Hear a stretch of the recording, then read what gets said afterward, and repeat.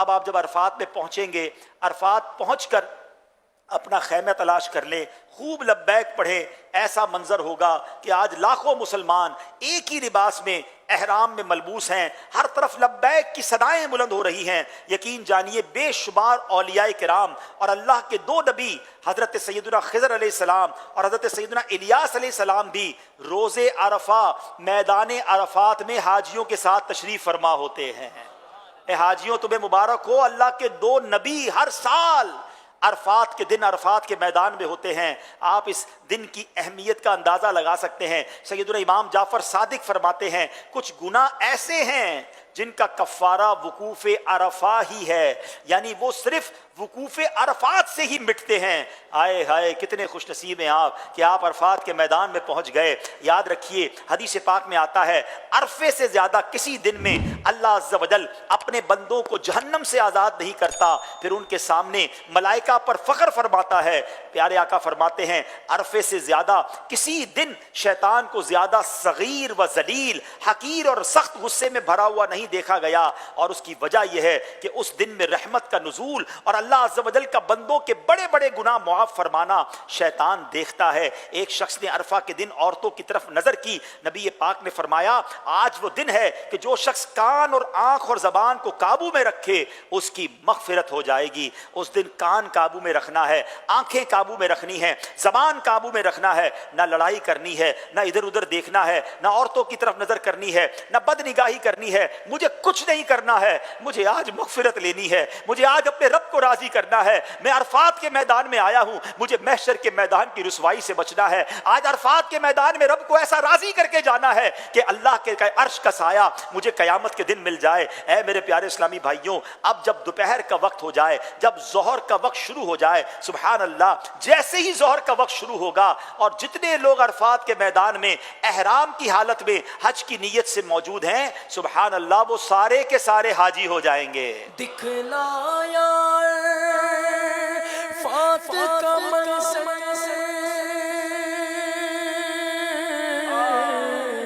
یہ بھی کرم ہے، یہ بھی کرم کر، یہ بھی کرم ہے، یہ بھی کرم کر، بخش ہر حاجی کو خدا، یا بخش ہر حاجی کو خدا، یا بخش ہر حاجی کو خدا، یا بخش ہر حاجی کو خدا، یا اللہ میری جھولی بھر دے، یا اللہ میری جھولی بھر دے، یا اللہ میری جھولی۔ عرفات کے میدان میں دوپہر کے وقت غسل کرنا سنت موقدہ ہے۔ اگر آسانی ہو اور آپ غسل کر سکتے ہوں تو غسل کریں، پاکی کا بھی خیال رکھنا ہے، نہیں کر سکتے تو وضو کر لیں۔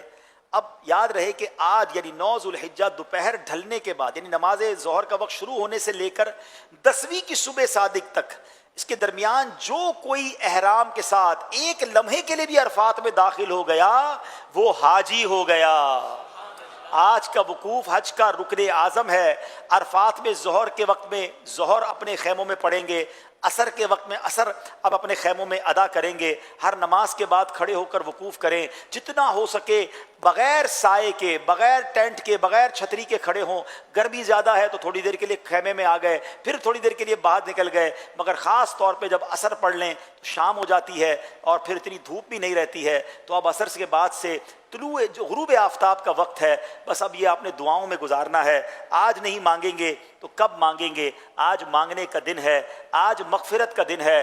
آج اپنے رب سے خوب مانگیے، اپنے گناہوں کو یاد کیجئے۔ مشورہ دوں گا، امیر اہل سنت نے کتاب رفیق الحرمین میں بڑی کمال کی دعائے عرفات لکھی ہے۔ آپ آج بھی اس دعا کو پڑھیں تو آپ کی آنکھوں سے آنسو بہہ نکلیں گے۔ اس سے ایک گائیڈ لائن مل جائے گی کہ مانگنا ہے اللہ کی بارگاہ میں تو کیسے مانگنا ہے۔ دنیا بھی مانگیں، آخرت بھی مانگیں، گناہوں کی معافی بھی مانگیں۔ بہرحال یہ آپ کا عمل غروب آفتاب تک جاری رہے۔ یقین ہو جائے کہ غروب آفتاب ہو گیا ہے۔ اس پہ بعض اوقات معلم کی طرف سے عصر کے بعد سے اعلان ہونا شروع ہو جاتا ہے کہ بس میں بیٹھیں، اب نکلنا ہے۔ یاد رکھیے جب تک غروب آفتاب نہ ہو جائے آپ نے عرفات نہیں چھوڑنا ہے۔ ماشاءاللہ ہمارے آئی ٹی مجلس نے ایک بڑی پیاری اپلیکیشن بنائی ہے، پریئر ٹائم اپلیکیشن، وہ ضرور اپنے موبائل میں رکھیں، ساری دنیا میں سفر میں کام آئے گی مگر عرفات مزدلفہ میں تو بہت کام آئے گی۔ آپ چیک کریں کہ جہاں آپ موجود ہیں وہاں غروب آفتاب ہو گیا کہ نہیں، 2-4-5 منٹ اور اوپر گزارنے دیں، اور اس کے بعد آپ نے معلم کی بس میں جا کر بیٹھنا ہے۔ اس کے بعد عرفات سے باہر نکلنا ہے، اس سے پہلے نکلیں گے تو دم ہو جائے گا، آپ نے وہیں رہنا ہے۔